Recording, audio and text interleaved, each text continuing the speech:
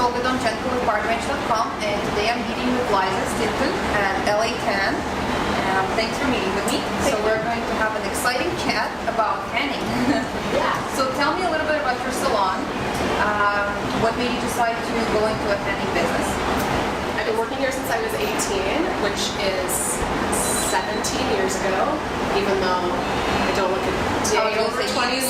Looks like 17 years. And then yeah, it just was it was a part-time summer job, and then I went to university, and when I graduated, the owner of this place at the time offered me to be like district manager of the whole company. There were 12 locations. And then I worked here on and off casually for 10 years, and then I was going to leave the country for another job opportunity, and the owner said, actually, we're thinking of franchising, so we want to sell off sort of the independent locations, and we want you to have this location. So it was never really like a plan. I didn't go to business school.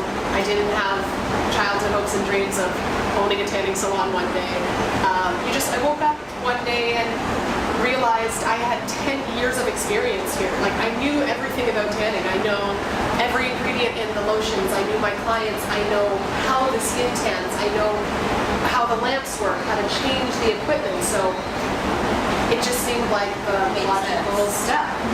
And I've owned it for 7 years, going strong, and opened a second location in Thornhill. What was it like when you first started? So many scary... It was terrifying. Yeah, that's true. It was terrifying because, as I said, I didn't have a business degree. I never planned to be a business owner, but I knew this salon. So I maybe didn't know business, but I definitely knew this salon. I know how to open it and run it and close it and make it run well. And then, when I was just an employee, I had all these big ideas of what I would do differently. So once you own it, it was nice to be able to sort of implement all those ideas. And the truth is, business owning is a lot easier than I thought it was. That's a new one. Yeah. Usually people say it's the other way around. Keep in mind, I had the luxury of stepping in to a established, functioning, successful business. The upfront cost of owning a business, established or not, tends to be huge.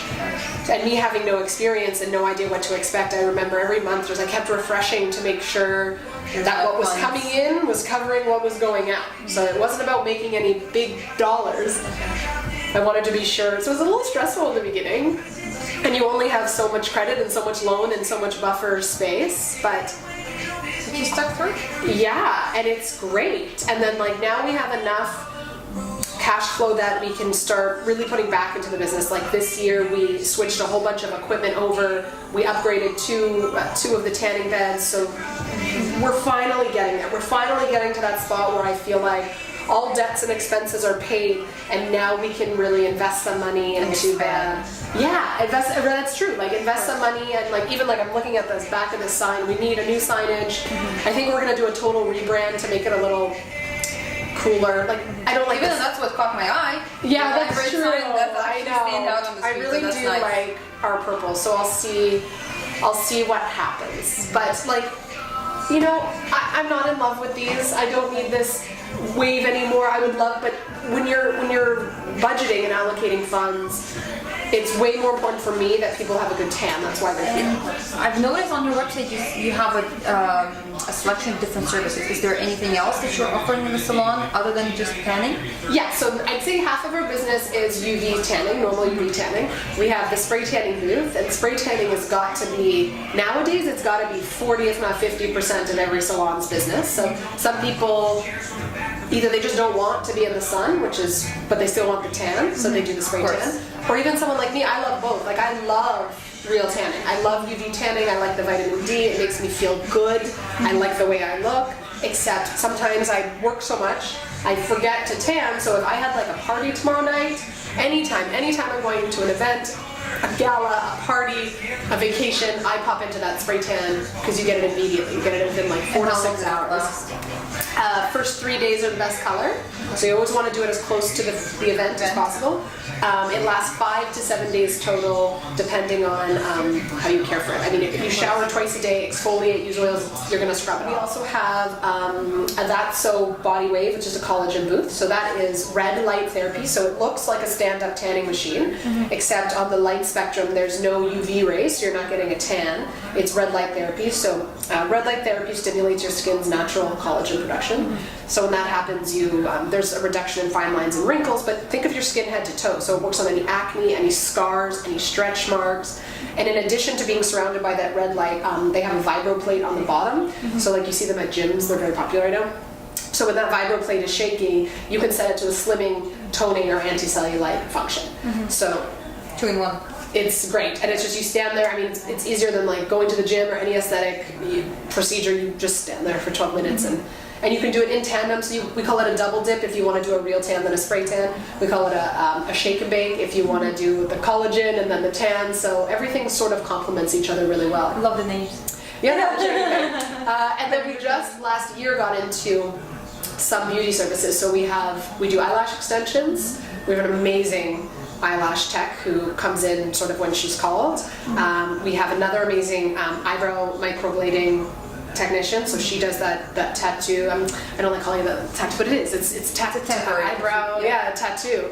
And we're thinking of getting into a few more. One of my employees here is really incredible at makeup, so we're thinking of having her, you can order her to do your makeup for an event, and we might do like lash lifting and get into some other stuff, but right now it's nice to sort of come and be able to get everything at once. Yeah. So it's like a one-stop beauty. That's the idea. In and you can, other than the nails, we have like everything you could need. Yeah. Especially if you're getting ready for an event, then you can do everything exactly. all at It's once. all at the same time. How's your clientele? Would you say there's mostly female? It's so funny. I was thinking about that today. So it was crazy busy this morning. I got rammed, and this new gentleman walked in. He was signing up, and then another gentleman came in who's a regular, and he had to wait for a second, and I had to clean a bed, and then 2 more gentlemen finished up tans, and we're walking. I was like, wow. I was like, there are 4 men in the lobby right now. Like, there's 4 men, and honestly, people think it's, I don't know the exact stats,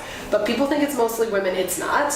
I don't know if I'd be so bold to say 50-50, but there are a lot of men tan here, like a lot. And it's a good thing that they're starting to take care of their skin and their appearance. Or they always were, and they were just not telling anybody about it. Probably, yeah. What would be your most memorable experience with a customer? Well, we have some horror stories. Those are always fun. Oh no. Well, this is from back in the day. Oh. We had to take the garbages out of the room. So every room used to have its own little mini garbage, just to dispose of your little eyewear, your little lotion packets, whatever. So I don't know why, but a lot of people thought it was okay to pee in those garbage cans. Wow. See, it doesn't sound normal, right? No, it does not. And it wasn't just one person. It wasn't one strange client. The amount of times it would happen over the years, I don't know what happens to people psychologically in a tanning room. Like, first of all, you're a grown-up, hold it. And if you really can't hold it, pop out, ask me to hold the time for 1 second. There's a washroom just down the hall. What else? We had a client fall asleep in the bed once, so that's a little scary. I mean, people usually come out after their 8 minutes, and then, sometimes they stay in the room for a long time. I don't know what they're doing in there, but maybe they want to touch up their makeup, or not that we recommend this. Please leave the room so somebody else can use it. But people take some time in there. But I remember this one day just waiting, and it was 10 minutes, and then it was 20 minutes, and then a half hour. I was like, I don't know what to do. So you're doing the polite, like, hello, excuse me. So yeah, How did you learn that the person was asleep? Well, They admitted it afterwards? Literally, this is one incident. I let it go for a really long time until it was too long, and they're not responding to me. So I had to jimmy the door open, and just in case, I was very, excuse me, but so I got the door open, the sliding door, enough to be able to see that the tanning bed was still closed, and I can see the top of their head, and I was like, and I can hear that they're breathing. Okay, good. Yeah, so they're alive, and I just left to them. I just left her. you know, once I could peek in and realize that they're clearly sleeping in the bed, I was like, oh my goodness. Like hours later, they are like, oh, I'm so sorry. I was like, you know what? As long as you were safe. Like, that's how, but yeah, a long time went by and I'm like, hello. Like I was very worried about that person. Yeah. I guess they needed that. They needed that sleep. Of course. But otherwise, it's also positive. Like, I've literally been helping some of the same clients for 17 years. So when I was young, I used to see them come in and maybe they were just out of school or got their first job, and then a couple of years later, maybe they'd come in with some girl they were dating, and then a couple of years later, they're married, they're bringing in the one kid, so one's waiting while the other one's going, and it's just been sort of really nice to have the same people over the years and watch them.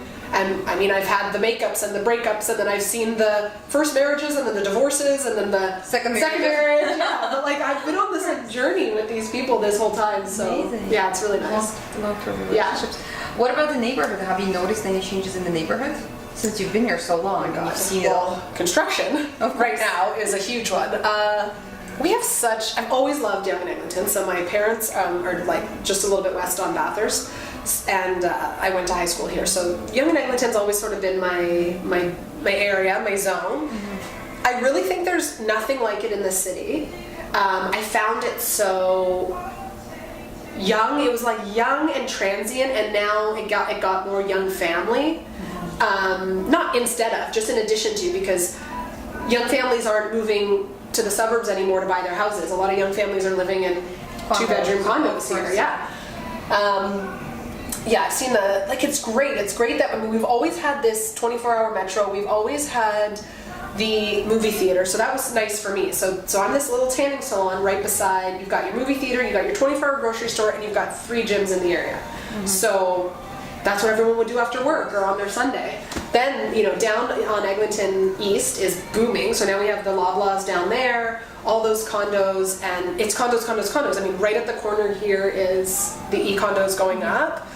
You've got Montgomery down there, obviously everything down Northampton, so I'm glad that this one, right, so they are trying to make this intersection the new Yonge and Bloor, like the new Yorkville. Yep. So it's going to take realistically 5 years, but you're right. I already thought this was one of the best intersections in the city. So, I agree with you, because I'm in the area. Yeah. I walk by here every day. You put in that LRT, you put in that transit line, and with the amount of condos going up, like, it's going to really be something else. Do you have a favorite spot here? My favorite restaurant in the entire city of Toronto is La Vecchia. Yeah, just north. I have loved La Vecchia since I was in high school. Literally since I literally ate there 2 nights ago. Mm-hmm. I mean, I know the owners now, and because now we're all connected. I mean, at first you're like, oh, you look familiar, and then you're like, oh, I own this and you own that, and they're always so lovely, and it's like real Italian cooking. Like the grandma's like in the kitchen cooking real Italian food. Like, oh, it's amazing. La Vecchia is great. Close second is Grazie. I don't want to not mention Grazie, but La Vecchia to me is. It's awesome. I've been coming there since I was in this area, and now my son, his favorite spot for pizza is there as well. So I mean, you do not look old enough to have a son, but I'm old. I'm confused. I think I'm like 21. No, exactly. When you said 17 years, I'm like, you look like was that? Yeah. I started yesterday. Did you get this yesterday? I really do love the area. I do, and like my hairdresser Dave is up at D Squared Salon, and like Smart, our Second Skin Med Spa here, Rose and Tino own that, so she used to do just like, you know, lasering, and you know, and then he used to do a little, you know, do the Botox, and then they've just boomed. Now they have all these laser services, like every. One last question. Anything exciting happening at the Lake 10 that customers should know about? It's all uphill from here. Like because this development wanted to knock out this block. I don't know if you know that. So these 2 buildings wanted to be side by side here and here.